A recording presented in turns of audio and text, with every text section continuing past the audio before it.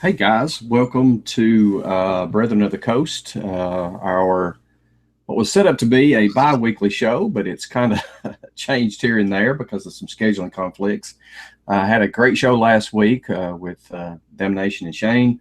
I'm back this week. Apologize for being absent or trying to drive through Atlanta, Georgia on the show. Didn't quite work out, but glad to be back this week. I got a Damnation with me and Hellfire. Yo, what's up? Hey guys, and today we're going to be talking a little bit about Huggys Shipbuilder and BP Unknown, two of the probably most important third-party websites you can use to help your game out. And me, you know, as one, it's been, I don't know, Damnation, it's a couple of months ago. I asked a question about Huggys, and you showed me something about the numbers on it, and you know, I'd never known exactly how to read some of the numbers on Huggys Shipbuilder, and we thought it would be a good show to use today since there's not a whole lot going on in the game. So I think we're going to go over Huggys first, right, Damnation? Actually, no, we're going to go over Frostlers first, and then we're going to go to, then we're going to do. Okay, sounds good. All right, guys, it's frostler.com/BP is the BP Unknown site. You can see the URL on the bottom of the screen that Damnation's created. You know, there's a lot of stuff that you can delve down into here on BP Unknown. Definitely got a lot going on this site. That's definitely for sure. Right, and if you can see right in the very center of the screen, you can see it's added by Thunda. Thunda is a player. He's done an amazing job on this site. I want to thank him for you know, all the hard work he does, and also draw attention to everybody who's watching this show, whether you're watching it live or you're going to watch it recorded later. At the top left-hand corner, support this page, make a donation. So, hey, if you want to give the guy a couple bucks, by all means, do that. I mean, he does an amazing job on this. But first of all, you know, what draws your attention immediately to the page is the upper left-hand corner where you can see the draconian mining bases spawning. And we see a lot of people on a lot of the group sites, a lot of the fan page sites on Facebook asking about when do base parts spawn. Well, this is where you find out. And every world, every sector, they spawn at the exact same time. So it does not matter what sector you're in, what world you're in. These timers are exact across the entire game. So, you know, currently, if you look at my screen, you can see that in 26 minutes, a partial spawn is coming. And then 56 minutes, an hour and 26 minutes, there are no spawns. And in an hour and 55 minutes, that there will be another full spawn. So you can plan accordingly to go get your base parts if you need to. There is also spawn explanations here telling you some details about where they spawn and when. And also right underneath that, there is a base parts in target. So we can see that, you know, a level 30 gives you 15,429 base parts. Doesn't matter what level you are. If you hit these targets, you're going to get that amount of base parts. You've got the first 30 through 97 are Drac mining bases. The 101 DB is a Drac base, which, what do they call that? Damnation? Subsector core base. Is that what they call that? Yeah, that's what they call it. Why they call it that, I have no idea. Yeah, I don't either. But that's what you would refer to as a subsector base core. Those are also, you can get parts Usually those parts are for your turrets, your defense, your base defense turrets. And I know I myself, I know a lot of this tore down our warehouses that we had fortifications on and built them back up again. And boy, base parts came in real handy for that. Yes, they do. Yes, they do. Base parts are going to help you just about anything in this game up until you try to upgrade something to its latest or its highest level, I should say. Like you can go from your defense platforms can go from level 1 to level 7 using base parts. But when you go to level 8, can't use base parts anymore. You have to wait the 12 or 13 days, depending on your officer situation. So you can't update a warehouse, can you, to level 15? You can't take anything that's associated with OP9. You can't use base parts on. Anything that's associated with OP8 or below, you can use base parts. Okay. So yeah, that may clear some stuff up for it did for me, trying to upgrade some stuff and using base parts on stuff. But base parts are constantly, if you're not got a lot going on in the game, go fill your base parts up. With all these new Conqueror hulls coming out, you can make really fast defense platform changes. If you want to change a turret out, if you want to add a special, add a little bit of armor on your buildings or anything, it's great. Just click and it's done. You don't have to worry about build times or equipping times when you can use these base parts. And base parts, even if you have everything already as fully upgraded as you can with base parts are still very important, very relative. Because I know just within 2 days, I think I spent 4 million base parts just getting the new Hyena and equipping that to turrets. So there's always going to be a need for base parts. So this is always good to know when they're coming out. Yeah, guys, if you've got one single ironclad that's built for the current raid series, that's all you need to auto 97 Drak mines. Takes what, maybe anywhere from 15 to 20 minute repair per Damnation. Yeah, if even that much. It all depends on if you run a flag with them or not.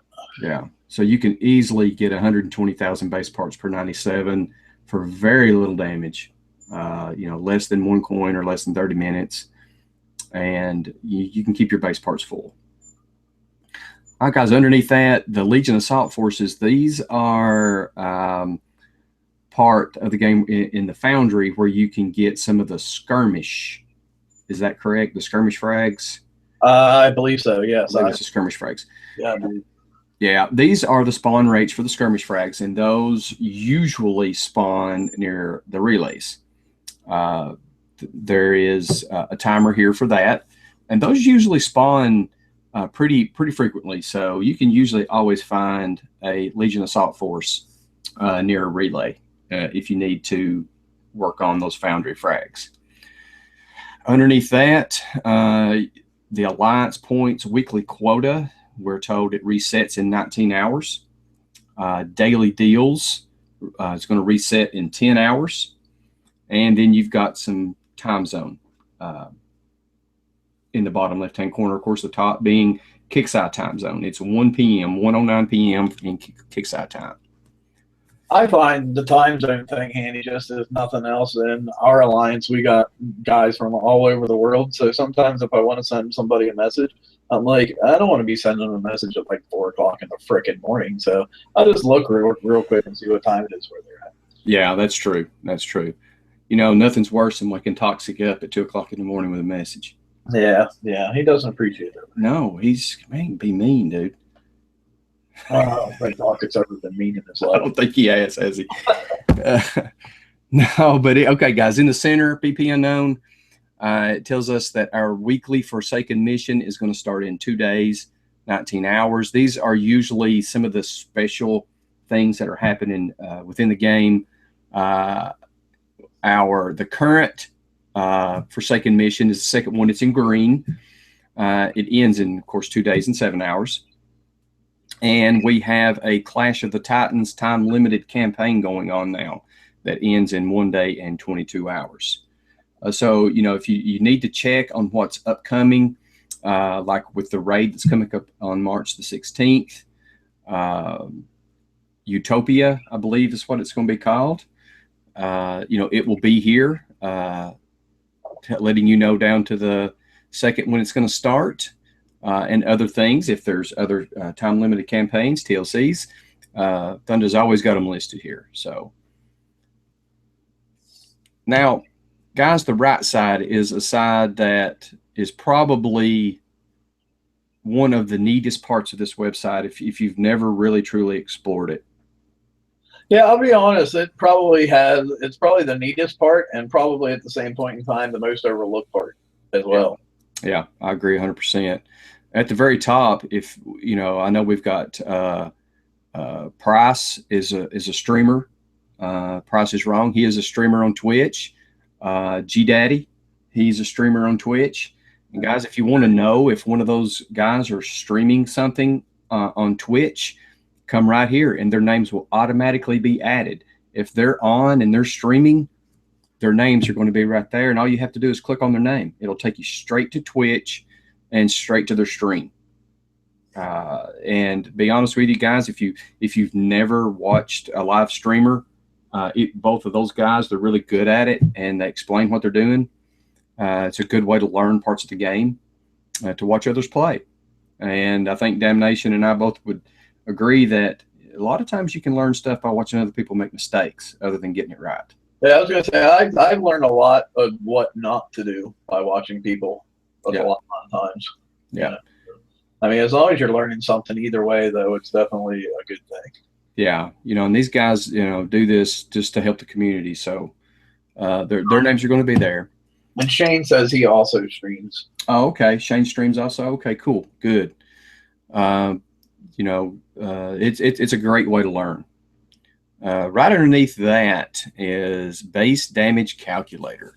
That's the biggie right there. Yeah, this is the big one right here that's going to help you, especially in your base defense. And when you click on that, it opens what's considered your base damage calculator in the center of the screen. And it has every possible thing that you could build inside your base, from your outposts, your warehouses, all the turrets, and all of the other buildings, and your resource generators are all listed here. Now, guys, how you use this, and this is mine that's already set up in here. Okay, I've got an outpost level 9. I've got 2 or 3 level 15 warehouses and 2 level 14s. I've only got 2 level 8 turrets. The rest of them are level 7. And when I click this box over here, I'm telling the system that during a base attack, this particular item is going to be destroyed. So we have to get someone to set your base up. So when someone attacks you, you want them to create a bubble, but you don't want them to completely destroy your base. So as you can see, warehouse level 14 has 415,000 armor points. Level 15 warehouse has got 2 million armor points. You have to get to 25% damage before that opposing player is going to create a bubble on your base. So as you go through here and you check things, you check this off. Okay, this is at the front of my base. Everything you see in red is at the entrance of my base. So to get into my base, they have to destroy these things. They have to destroy all these warehouses and turrets. They have to destroy all these buildings. And at the very bottom, I can see when they destroy all those things, that's 35.05%. Now, if they go over 50%, is that right? Correct, Damnation? If they hit 50% or go over by 50.01%, it's considered a win in their favor? Correct. Okay. And they feel those ever valuable and ever precious metals that nothing. That mean nothing, right? Neither here nor there. They get the victory if they go to 50.01%. Officially, they have beat you. But if they come into your base and they get to your center island and fail, and they do not create a bubble, if they do not go over 25% damage, then they can just quick repair on the map and come straight back in and finish the job. Just so you know, Thunder is in the chat currently, and he's watching this show, so there's no pressure on you not to screw up as you're explaining anything. Oh, great. Well, good. Thunder, if I screw this up, dude, you correct me in the chat, man. So, yeah, guys, that's, and you can set the levels. Let's say that I don't have OP9. Let's say I'm a player and I've got Outpost 8. Outpost 8 is 750,000 armor points. But I'm not going to have 22 turrets. I'm only going to have 20 if I have a level 8 outpost. All I have to do is move this to level 0. That sets my armor points to 0, and that does not calculate those 2 slots in my total points, my armor points. Okay? So, guys, you can set this up to any level that you're at, and then once you get this set up, once you get it all set up the way you want it, come down to the bottom and click Save. So every time you open this website and click on Base Damage Calculator, it's going to bring this up. And as you upgrade items, as you plan on upgrades, I think a couple of last week sometime we were on Hangouts with Shane, and Shane was explaining this is how he determines which turret he is going to upgrade and how it's going to affect his what's called your bubble pad. So you can come in here. I'm sorry, man. Go ahead. I'm just gonna say, with the introduction of OP9 and everybody working on their turrets and everything, like, this is an extremely important tool right now because everybody's bubble path, they're all screwed up at the moment. Yeah. So, like, just using this, going in, plugging in your numbers, that'll tell you, okay, when they get to this part, because I know I personally, like, I'll put in all my levels and everything, and then I'll check down the things that, like, basically in the order of my channel as you're coming in. It's like, okay, this is destroyed first, this is destroyed, then this is destroyed. And that'll tell me, okay, they hit 25% at this point. Absolutely. Yeah. I mean, that's where you can figure out, okay, at this point, when they destroy this thing, I'm going to get a bubble. And if they fail, they can't come back in. Or they can't have a mate come back, an alliance mate come in and finish the job. So, guys, that is probably, to me, I use this part of this website not just to keep a current running count of my bubble pad, but to plan, which I've got, I think, like 10 days left on my 3rd level 8 turret platform. And I'm, already, it's about time for me to come in here and start, playing around with some numbers to figure out which one I need to do next. Or if it doesn't need to be destroyed, what turret platform am I going to move to the front? Which one am I going to move to the back? Different things like that. Yeah, I mean, I know there's a lot of people who come here and just solely look at the timers, but, like, if you fail to look at all this stuff on the right-hand side, you're doing yourself a big disservice. Yeah. Because they're very useful tools over here. Right. So, guys, and once again, you can save this at the bottom. So when you come in here, it saves a cookie to your hard drive. So once you come in here, it knows it's you. You don't have to create a username or anything. It's not something you have to log into. You just click save, and you come back tomorrow or 3 hours later, and it's going to load it back up just like you saved it. So, guys, when you get done with that, you can click to close this. You click back to events. It basically tucks it back over here and brings the events back. You've got a yellow link under that called sector map. It shows you where the dubs are in yellow. Those are Drac uranium bases. Now, all the sectors are laid out identical. And it doesn't matter what sector you're in, they're all constructed the same.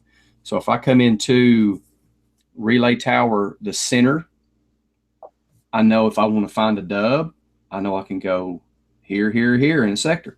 That's where they're going to be.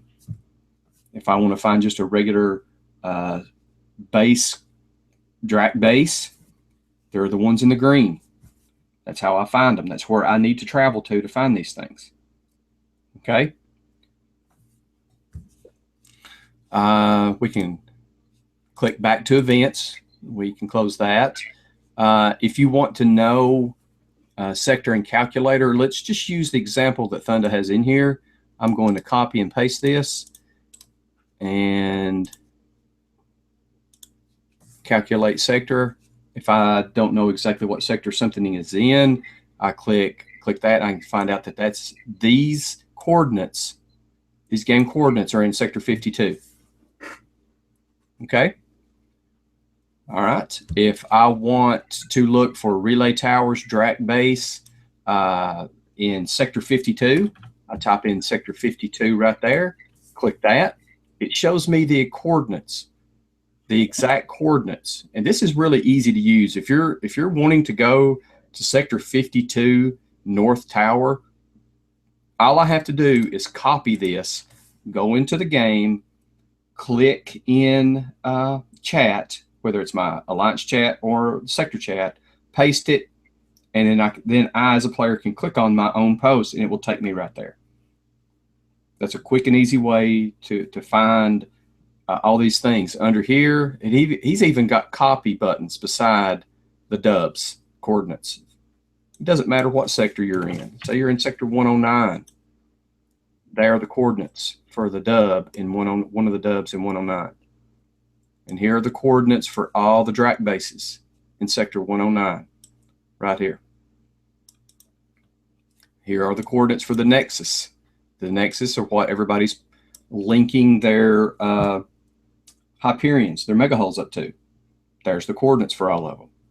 Everything is just basically your hand fed all these coords for any sector in the game. It does not matter what world you're in. All these things are there for you. Okay. Okay. Good. Base parts and time calculator is another one. If you want to know how many base parts, let's say I've got 900,000 base parts, guys. One more zero. And I want to know how much time that's going to remove from either building something or equipping something. 10 days, 10 hours is how much time that equals in the game as far as equipping something or building something through base parts. Okay, if I know I'm going to be outfitting a particular item if I want to add the new hyena, how long does it take to do the hyena? Oh, yeah, you couldn't had asked me to have this information ready before the show, could you? Yeah, sorry, man. Off the top of my head, I really don't. Let's just say it takes, guys, this is purely example, 10 days, 7 hours, and 18 minutes, and 17 seconds to do a hyena on a platform. I need to know how many base parts I need to go collect before I can do this, so I'm not waiting this long. I fill this out, click calculate base parts. I need 890,297 base parts so I can do this instantly. Now, this doesn't mean, guys, that it's not going to take res. It still takes res to actually do this. Base parts only removes the time factor to an equip or a build, not the res required. Okay. All right, guys. Accuracy calculators. You can find out, let's see, if I have a weapon that has 40% accuracy and I add it to a ship, that adds automatically 10% to ballistic. Click on, that means that is going to add 44%. My ballistic weapon is going to be, instead of 40% accuracy, it's going to be 44 because of the buff I receive for the ship, special, or the bonus effect that I have.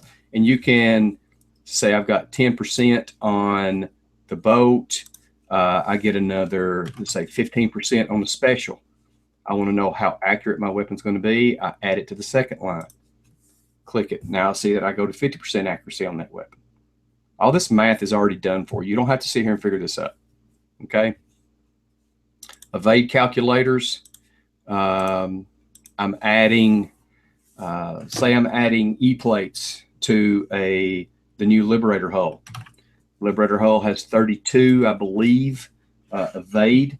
The dry hull does with no additional evade. I want to add a E2 plate. I want to add 3 of those. I want to find out what my evade is going to be. I add 3 E plates, click calculate evade. I'm going to have 41.6985% evade on that boat. It's already done for you. Okay. And I praise God for these people who can do kick-sign math. Yes. I could probably, if I really sat down and really tried to figure it out, I could probably do it. But I don't want to. I don't either. At the end of the day, I just don't freaking want to. I thank the baby Jesus for people like this who have went through and done all the calculations, and all I got to do is plug in numbers. Yeah. Hey, man, I'm sorry, Shane. I just saw where you put a text up here on the group chat. Go ahead, man. You wanted to add something to the base damage calculator? Oh, well, go ahead and finish down the line what all you're doing. And it's just the process of how I use the base calculator to what I grow up next on going through there. But go ahead and finish off your spiel. I didn't want to interrupt you or anything. No, that's okay. All right, so evade versus accuracy. Let's say, again, I have 32. Well, let's just go back.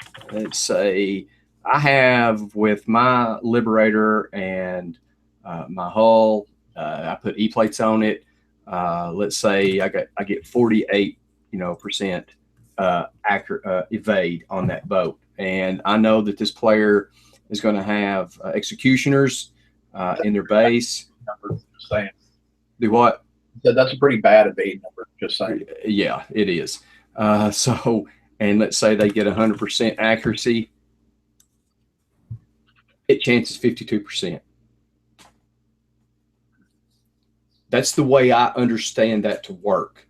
Let's put in something a little bit more complicated, because I mean that's a pretty easy one right there. Right. That's just say you have 76% evade. Okay. And say they have 160 accuracy. 160. Okay. With the buffs that they have on their boat. Let's see what we get. 38.4% chance of a hit. Yeah, that was just because I just wanted to show an example that wasn't quite as simple. That's all. Exactly. Yes. Good idea. So, guys, all this math that Albert Einstein could not figure out. The Thunder's figured it out and has got it applied. Makes it so incredibly easy for you to use. Okay, it's all you've got to do. Cloak versus the sonar calculator. Here we go. I have got a Hell Wraith. Let's say on my Hell Wraith, I have 98% on mine. I've got 98% cloak efficiency on my Hell Wraith that I used in the last raid series in the fall of 2016.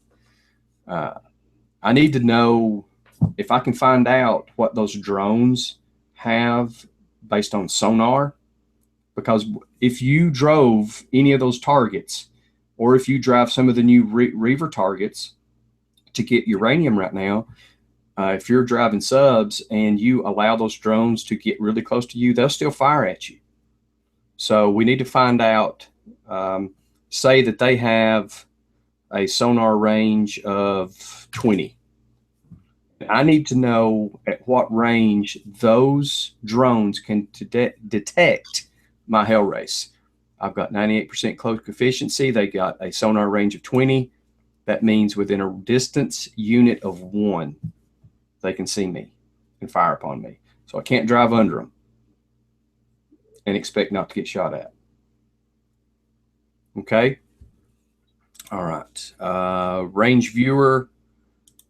This is something I just learned how to use today, actually playing with it.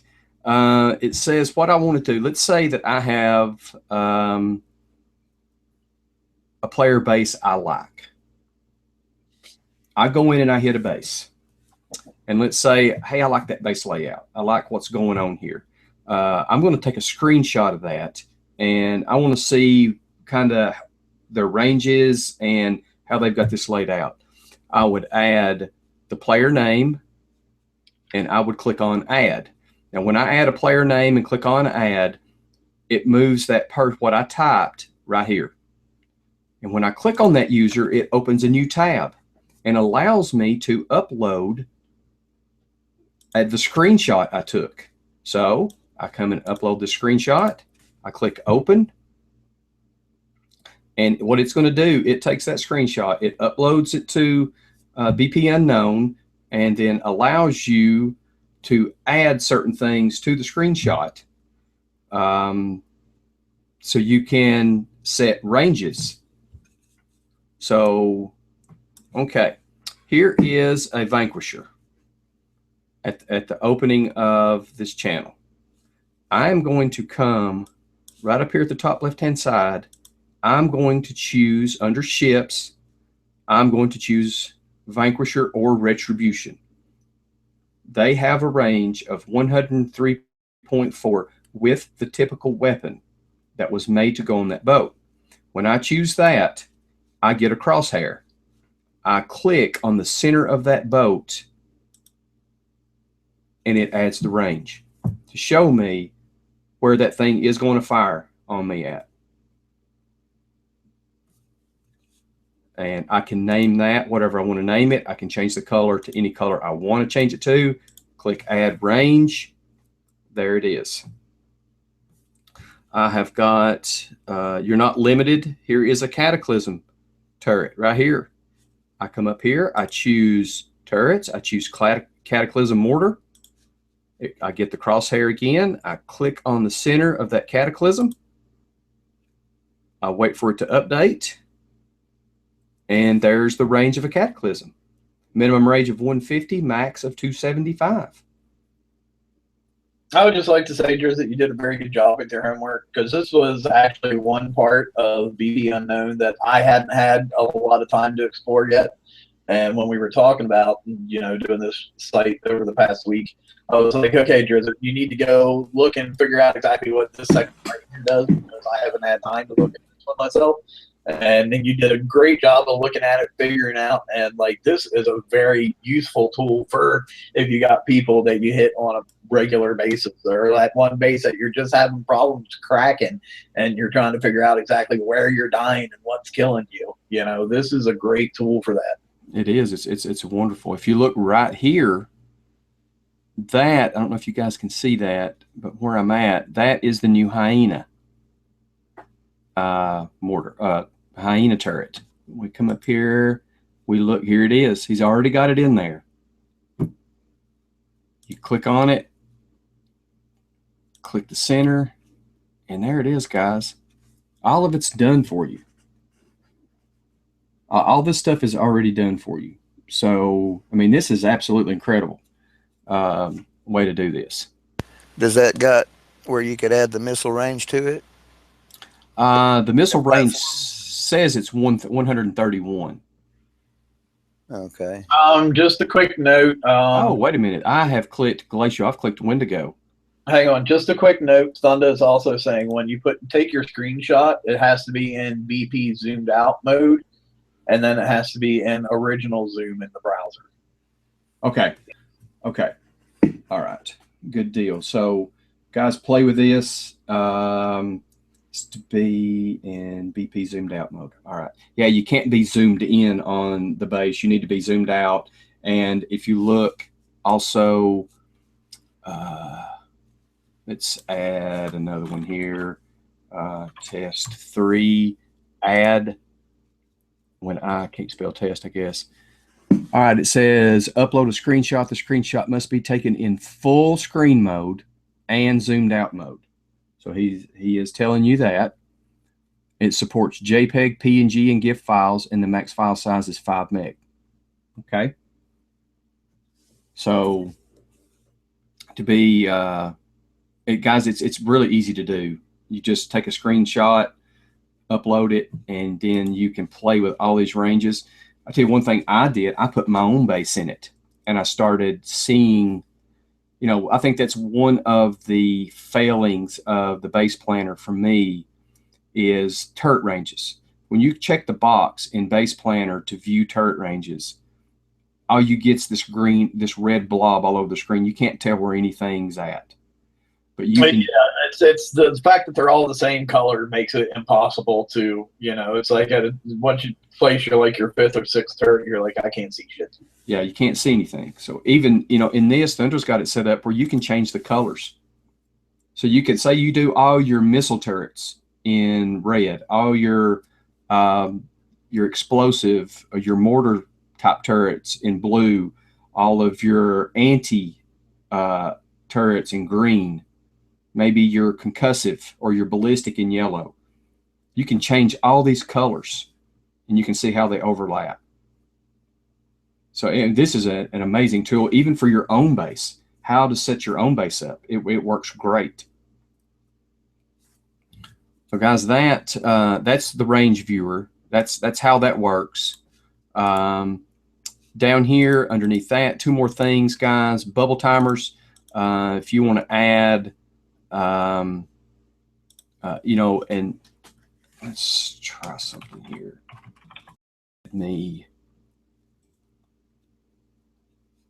I've got no timers. To be perfectly there it is. I can change. Oops, my bad. Clicked on something wrong. I can change when, if I gave somebody a bubble, I should be able to change that. Now I think I've got that right. So, but here is another really good thing, guys. It's hidden down here in the very bottom right. It's your R&D objectives. He has got every R&D objective, not only what you are rewarded for completing it, but what you have to do to start it, how much uranium it's going to cost you, and how much time it takes. So I am just about done. I should be done by the end of the day with 22. Number 22, I'll be finished with my R&D 22. So to do number 23, I have got to fully destroy 2 subsector base cores. I've got to have at least 197,920 uranium. And it's going to take 7 days, 7 hours, 57 minutes, 24 seconds to do that R&D 23. So I don't need to wait and find out what's going on. He's already got all that information there for you. So guys, this is probably one of the most valuable sites you can use as a player.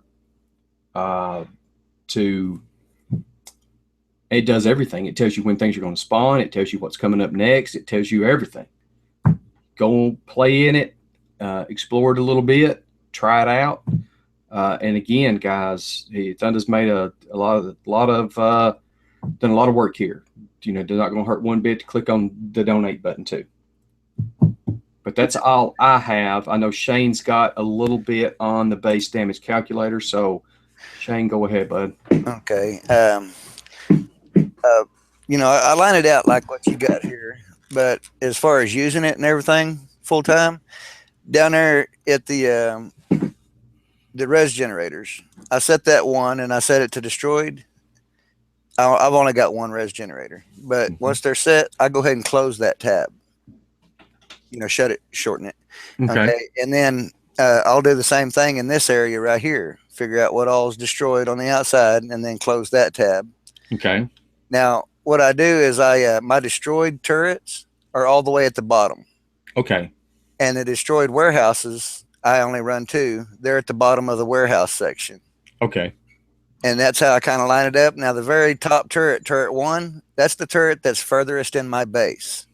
So you walk through that line going from bottom to top, from outside to center.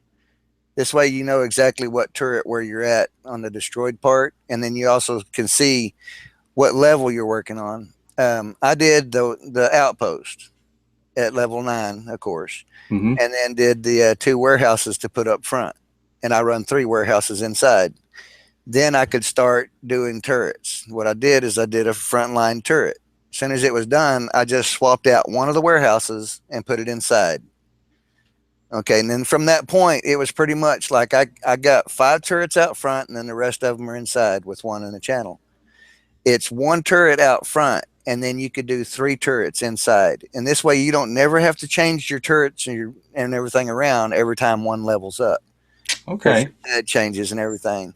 That's that way I don't have to change it up and I can just grow it up from there. Now through all this, you might come off a little bit, but in those sections right there, say it gets low on the front end, even if you go to do a turret on the inside, it didn't really change it that much. That's when you do the front warehouse, the second front warehouse. Go ahead and level it up, and then you're good to go back inside on your island and do 3 more turrets. And then Okay. come out front. I got you. Just watch, and you use that to get to 22. You know, growing up those turrets. Don't go off bat and do 5 warehouses. Yeah, you're just going to really mess yourself up. Getting 50% on the outside, or not getting your bubble pad until they're on your island. You know, Right. So that's how I do it from the bottom up as far as destroyed. I mean, as far as drafting out my base, looking at what turret does what, I start at number 1. That's the one all the way away from the nose of the entrance, all the way inside. And then number 22 is the one out there on the very first weapon they would come across coming into my channel. And just draft all your levels out that way. You keep it really organized that way, so you know exactly what you're looking at each time you come in. And then when you're using a planner, you ain't got to scroll up and down, up and down, up and down. This is all you got to work with is that top section. Once you get those bottom 2 sections lined out, Okay. it just makes it really quick and easy. All right. Good deal. Good deal. Thanks, Shane. I'm going to redo mine when we get done today and get it better organized. Cool. Glad that helps. If it helps anybody else. All right, Damnation. All right. So do we want to move on to Huggies at this point? Yeah. Let's talk a little bit about Huggies. Everybody, well, I'm not going to say everybody, but tons of people use Huggies in the game. But there's a lot of people who don't understand what a lot of the numbers end up meaning. So we're going to kind of briefly go over what some of these numbers mean to you directly as a player. Obviously, here's the URL, the dehippo.com/BP/ship.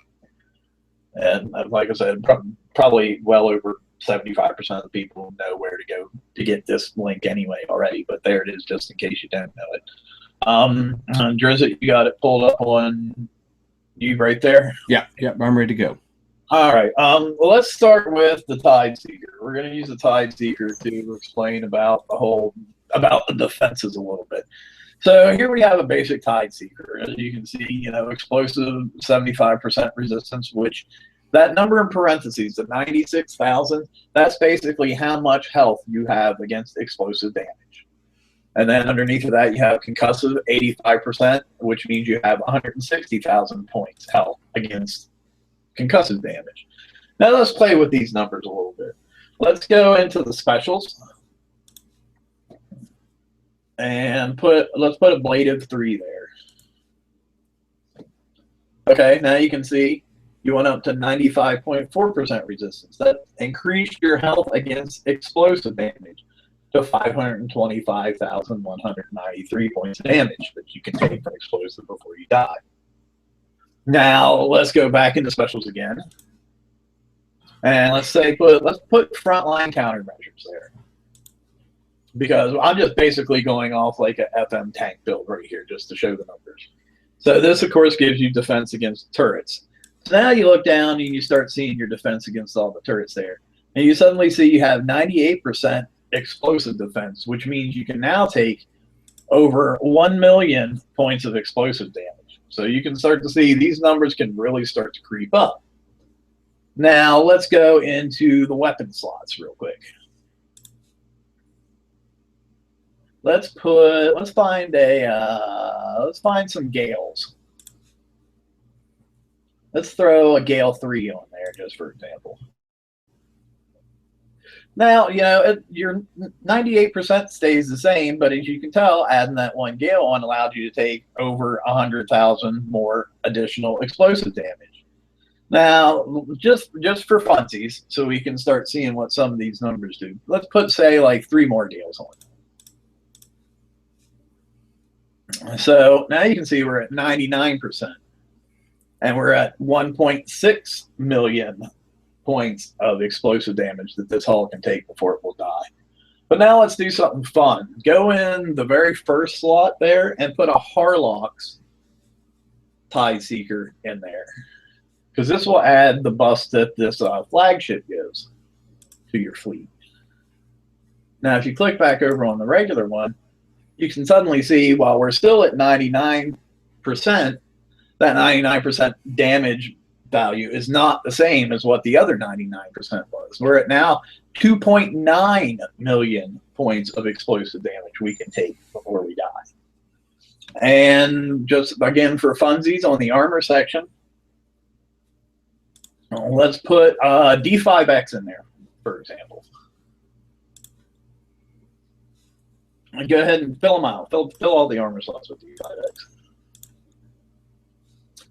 Now, and correct me if I'm wrong, it says 9,104,268 points of explosive damage that we can take before this Tide Seeker will die. Yeah. And it also says 100%. Well, 100% though in this game is never actually 100% because there's always the minimum damage. So we could add another, if we added another Gale that offered us explosive defense, that's going to stay at 100%, but this number still went up more. Correct. So, like, I know for years and years and years, people always used to say, well, when you get to 96% of damage resist against a certain kind, it's kind of silly to add more on. But as you can see by what we've discovered here, that's not necessarily true. Exactly. It's not true. And that's one of the things that I did not understand when Damnation, we were playing one night at Hangouts, and he showed me this to me. And he did his Tide Seeker FM tank and built it, showed me what to put and where to put it. And I finally started understanding what these numbers mean and how they do creep up. You know, adding one item, even though it says you're 98%, adding one Gale 3 really drove the hit points, explosive hit points through the roof, but my percentage never changed. So I mean, it's funny because like I've been doing this for quite some time at this point. You know, I have like a 3 million ID. Yes, there's people out there that have IDs that are much lower, but I mean, 3 million ID, I've been playing for a while. And a lot of this stuff is stuff that to me has become just second nature. But there's a lot of people out there that still don't understand it. So I thought we should definitely spend a little time in talking about what these numbers actually mean. right. And I understood, I didn't understand, I always saw the 10,115,853 number, but I didn't understand that meant specifically explosive hit points against my boat. Now let's look at Cannoneers for a little bit. We're going to use this to talk about DPS numbers. And since this is a boat that we're going to be using again here pretty soon, and we're kind of all fairly familiar with it, we decided we picked this. So let's start out and put 1 Millennium on it.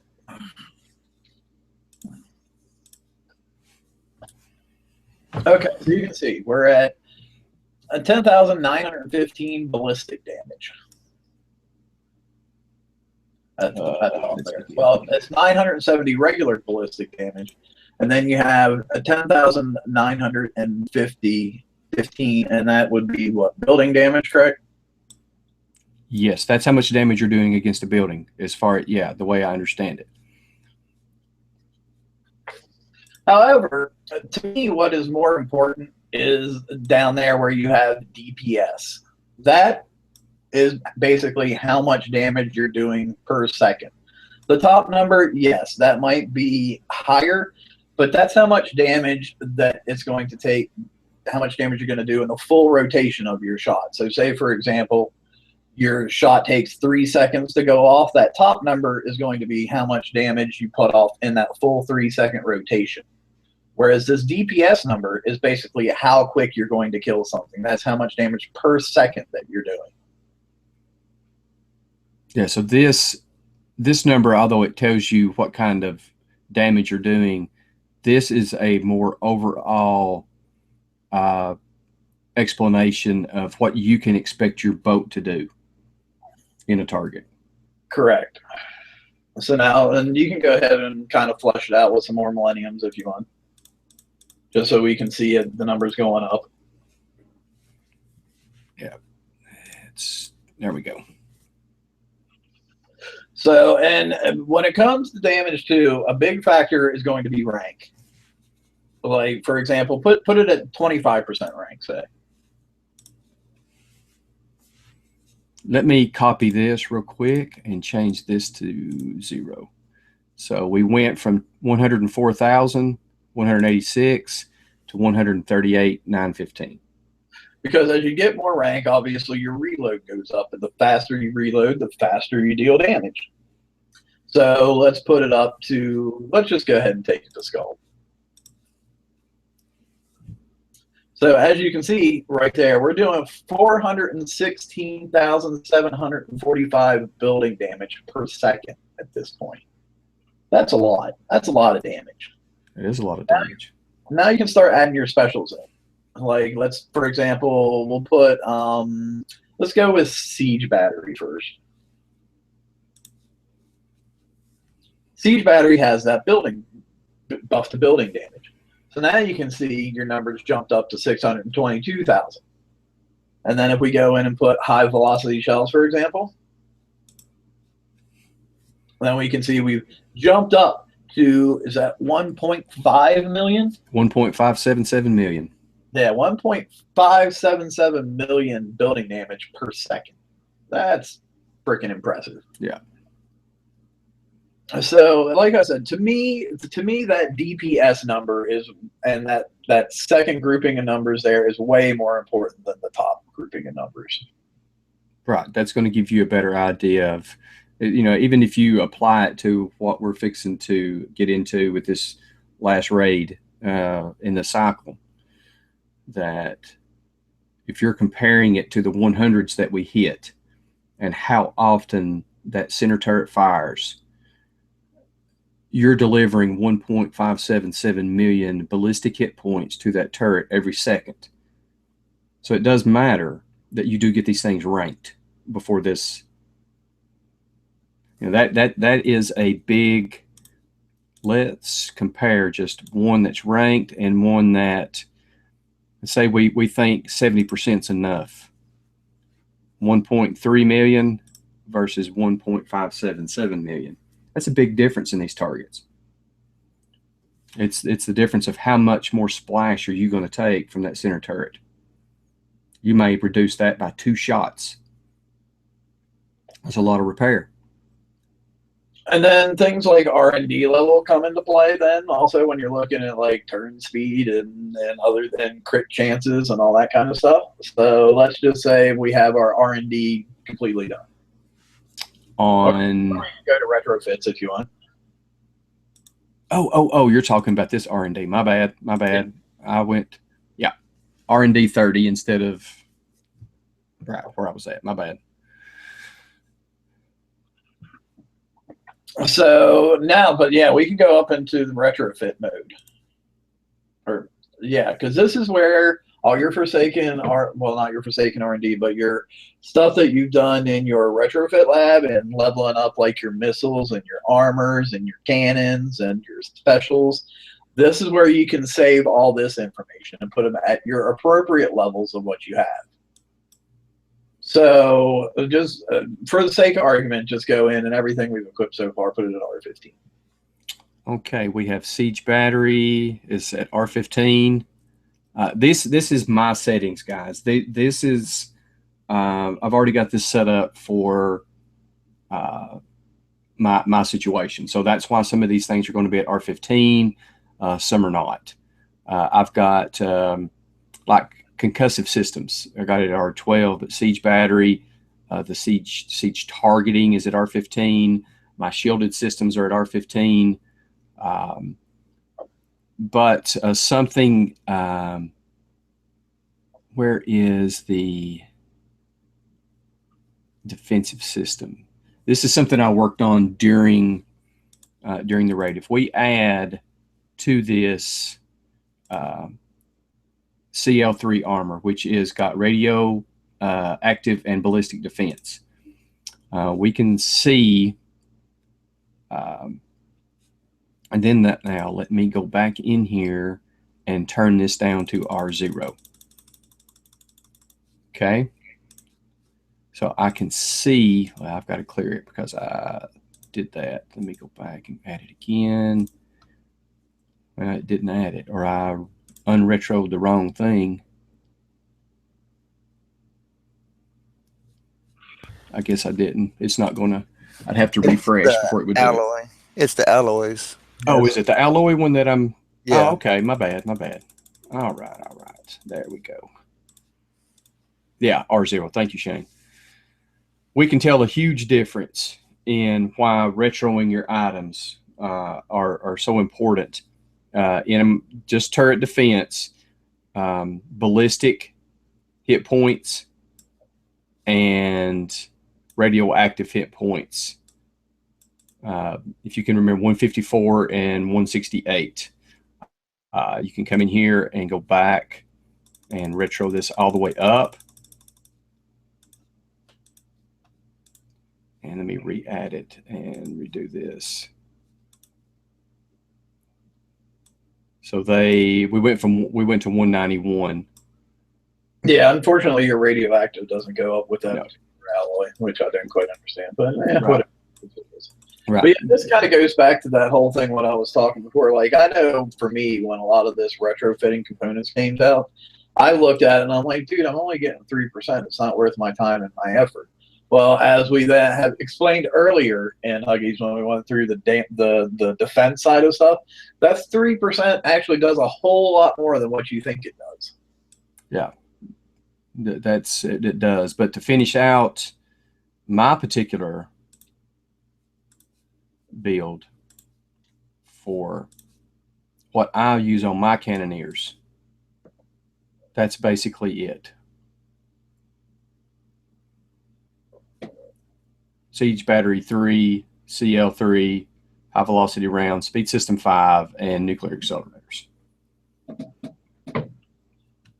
So, I mean, hopefully by going over a little bit of this, we've kind of explained better to you, especially in the defensive part, the numbers in the parentheses being exactly how much of that damage type you can take before you die. Because I think that's a big thing that a lot of people don't understand or didn't understand. Hopefully they have a better understanding of that now. And the fact that the DPS, to me, is that number is way more important than what the top damage number is. Right, exactly. Guys, these are two invaluable tools that if you don't have bookmarked, have them on your toolbar or your browser, you should. BP Unknown. If you don't know the URLs, you can Google search BP Unknown or Huggys Shipbuilder. That's going to pull them up. Probably it'll be your very first item that you can click on. Rewatch part of the show if you want to. The URLs are on the slides.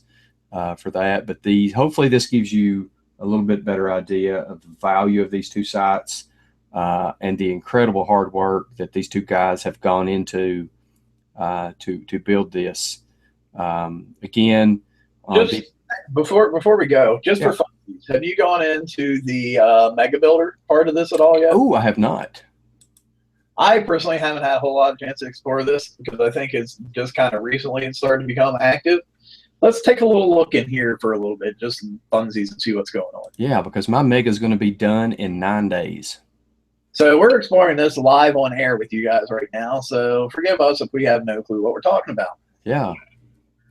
So obviously you can have 1, 2, 3, 4, 5, 6, 7, 8, 9, 10, 11. There's 12.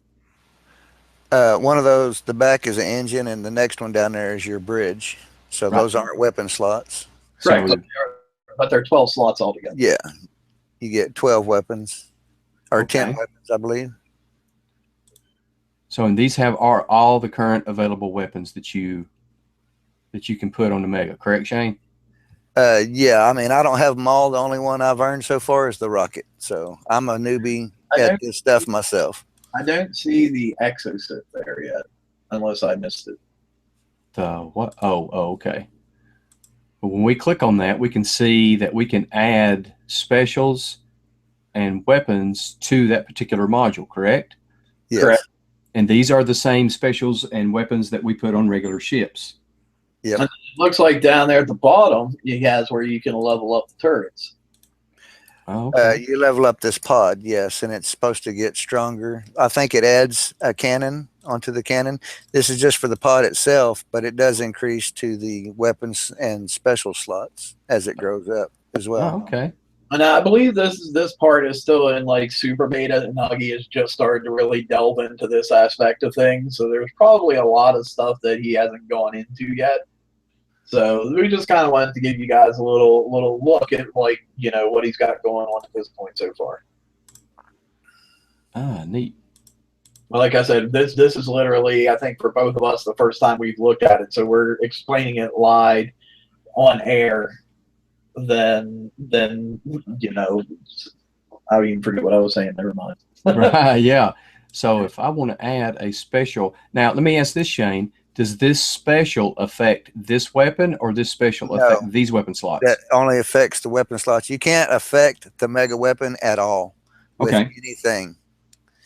Anything that you put on there will not touch that mega weapon. The only way to boost it up that I know of is to upgrade it to level 2 and then higher, And you got a 45 that's your weight limit per module. And no sense in putting defense specials on these things at all. It's just like any of your Conqueror hulls. They're 100% defense handicap. Ah, okay. So don't put no alloys or anything like that on it, because it's going to affect nothing. So me adding a CL3 is going to do absolutely nothing, and it puts it overweight. Yeah. I guess if you put anything that applies to armor, would make it overweight. Well, and at this point too, we're getting more into the actual megas than we are talking about Huggies. So we should probably save it for the mega show. Yeah, probably should. It's still new in it. Oh yes, definitely new in it. So yeah. Any quirks we find in here, just send him a message, and he is on the stick, man. He is awesome. Yeah, he is awesome. And again, please donate to both of these guys, because both of these guys put in a lot of time and effort. Yeah. I mean, yeah, donate some to them. And also, there's no ads on BP Unknown, guys. You can click donate to help Thunder out.